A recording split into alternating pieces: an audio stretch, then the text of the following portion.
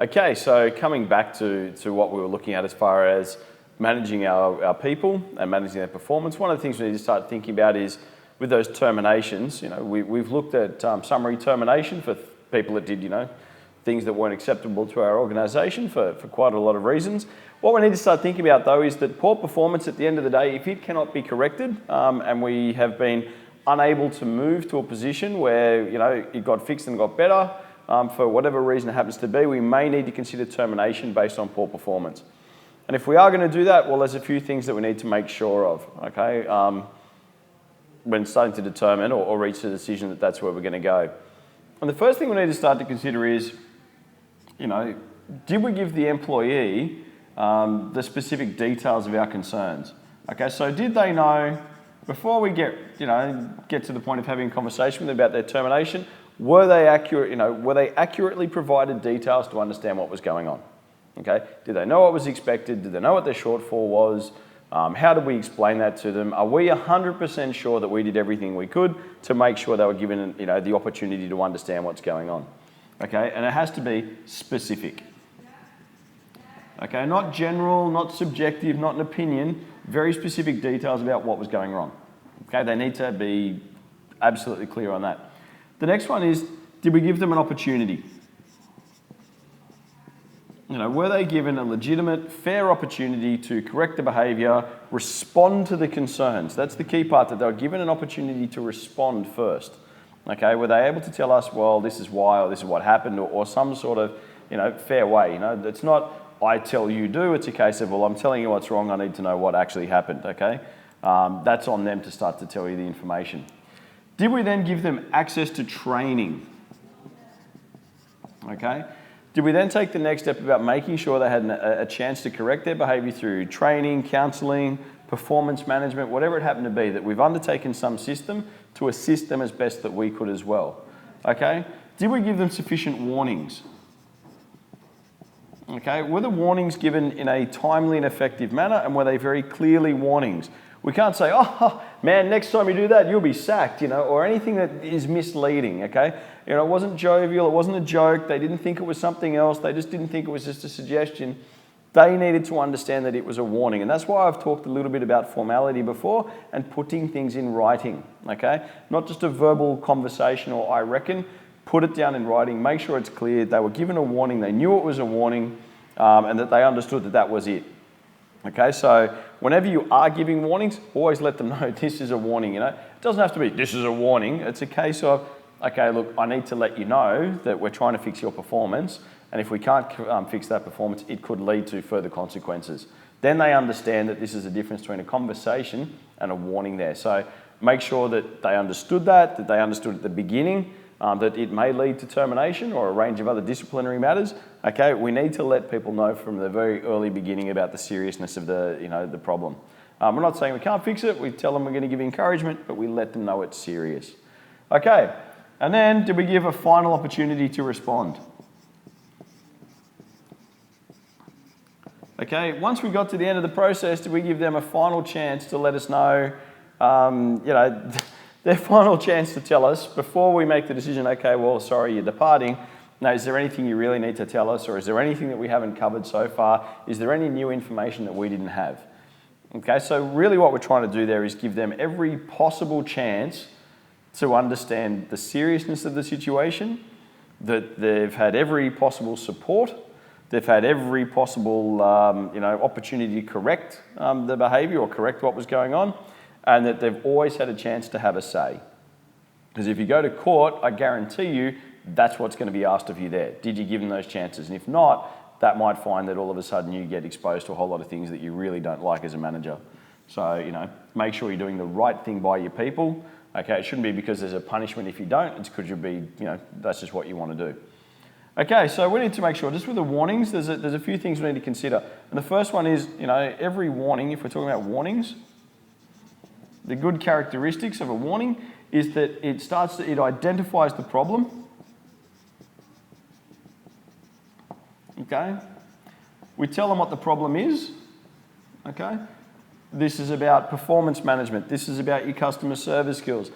This is about the behaviour that we've observed, and here's the measurements, etc. So we make it really clear they understand what are we talking about?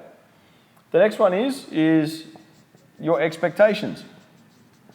Okay, so the next thing, now they know what is wrong, you need to let them know what you want done about it. Well, I need you to make sure that we're correcting your customer service skills to do whatever. Or we need, you've only been selling 20 of these pens, our target is 40 of these pens, so we need to get you to 40, not 20. Okay, whatever it happens to be, we need to be really, really clear on what's going on there. Okay, and then we need to give them that warning, okay, that this is serious, it may lead to termination of employment. Okay, but that doesn't mean we have to start with that, okay? We're not saying that it's not a threat, it's a warning, okay? We're sitting down with a person and trying to make sure they understand the seriousness of the situation, and we might come up with that line that, this may lead to further disciplinary action if we can't fix this, which may lead to and include termination of employment. They go, am I getting the sack? No, you're not getting the sack, but we need to warn you now that this can lead to a whole lot of consequences if we can't fix the problem. Okay, so once again, we're encouraging, we're going to provide you every possible solution there, but they need to understand really clearly what's going to happen. Okay? Now, we can just decide not to do any of that, which would be a really, really bad idea. We could be terrible managers and actually go down a different path. And what will happen is if we don't give those warnings and we don't give people a chance to respond, and if we don't give them their opportunities for procedural fairness, what we'll end up with is a situation called unfair dismissal. Okay, and what we're talking about with an unfair dismissal is what's going to happen is people are going to look at it and say, well, was the reason for termination valid? Okay. So what we need to look at there, it's going to be the validity. Okay, first question I'm going to answer. Okay, you might find yourself in front of a court. You might find yourself sued for unfair dismissal. Okay, there's legal protections for those people. And the first thing that's going to be asked is, was your cause valid? Okay, did you actually have a very valid reason for letting that person go? Not because you didn't like them or whatever it happened to be.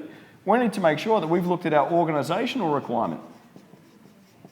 Okay, we need to make sure that we're following the organisational policies and platforms. If our organisation has clear rules for terminating someone's employment, did we follow them through? Because if we don't follow those rules, we might find it's actually us that ends up in a problem there, because then we're getting managed for our underperformance and our inability to follow the corporate guidelines. We might also start to think about, was the person correctly informed? Okay, did we actually provide them the information we were supposed to provide? Did we give them the warnings? Did we tell them what the reasons for the dismissal were? Did they know from the outset that was going to be the case? Okay, were they appraised of the situation? Did you say, oh, look, it's a bit of a problem? Then the next day they came back and they got sacked, and they've got a very valid reason to come back and say, well, I think I've been unfairly sacked. I wasn't given the chance to fix the problem. Okay, once again, you might find that it goes to court and that will get pretty untidy. Were they given their opportunity to respond? Okay, if you didn't give them an opportunity to respond, that can also be a breach. Okay, that they didn't get a fair hearing or an ability to answer back to what the problems raised were. And lastly, did the organisation follow due process? Okay, that's going to be the other question. Okay, if it goes to court, it's going to be if we've got a performance management system, was the employee subjected to it? If we're supposed to be giving, counselling and consultation, did we do that? Okay, so that's going to be the next question there. That did we follow the process that was the same for everybody, and was that process an accurate and compliant process? So what we'll find is if we get this wrong, it will end in an unfair dismissal case, and that could go to court. If that's the case, it can be pretty bad. All right. The last things there were: did we give warnings? Okay, were the warnings accurate? Were they timely? Were they detailed? Did it cite the behaviour that we wanted to see, changed? What did it happen to be? The other thing is to make sure that, if we're talking about things like absences and they weren't at work, were there any illnesses?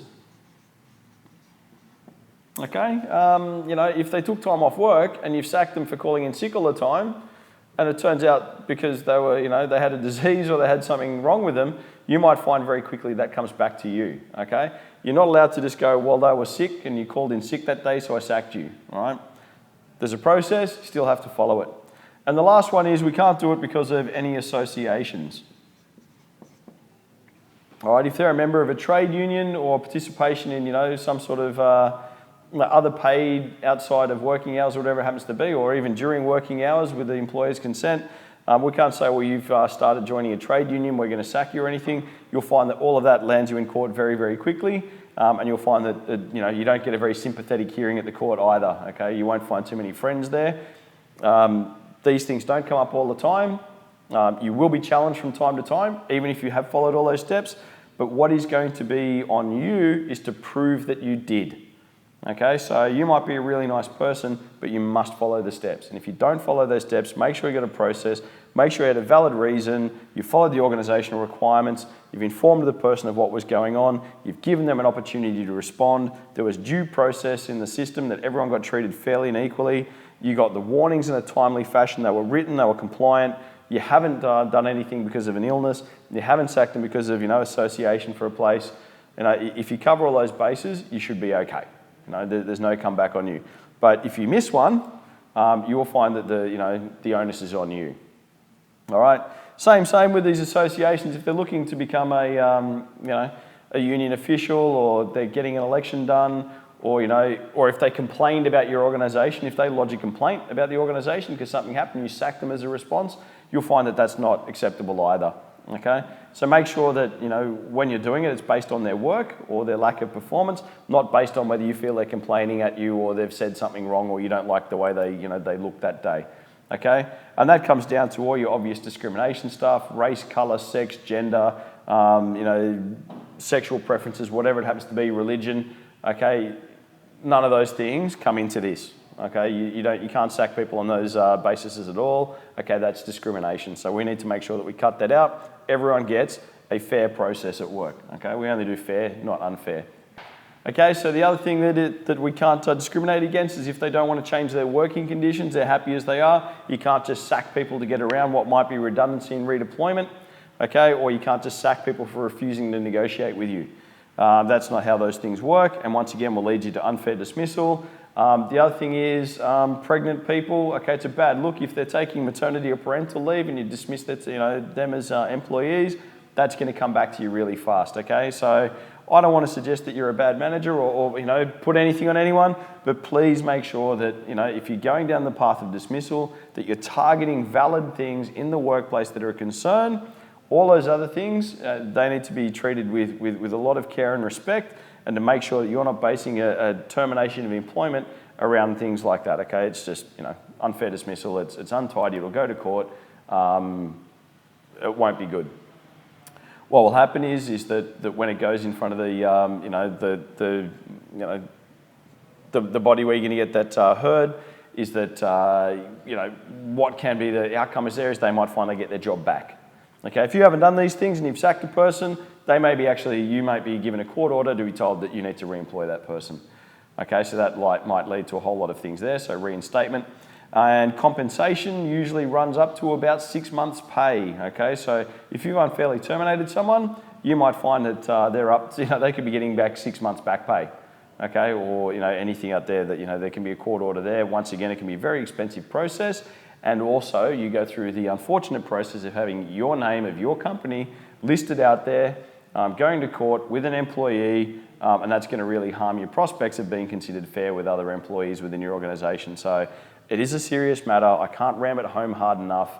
Performance management is important. We need to make sure we're performance managing people, we're counselling our people, we're coaching our people, we're following all the process with our people, doing the right thing with our people, coming from a position of trying to help them, because if we get it wrong, they've got absolute recourse to come back to us. And when they come back to us, and they will, there's a lot of legal protections for them, and we'll find that we come afoul of that, so don't do it. All right? So make sure that we cover that off. Make sure that we've thought about that. We don't want to end up, failing our own performance there and ending up in court. So, if we follow all the steps, we've tried to coach, we've tried to mentor, tried to counsel, we should get through everything okay. We'll be good managers. Our people will like us and respect us. They'll listen to us. Things will be treated fairly, and we'll have a good workplace, and that's performance management. Good luck out there.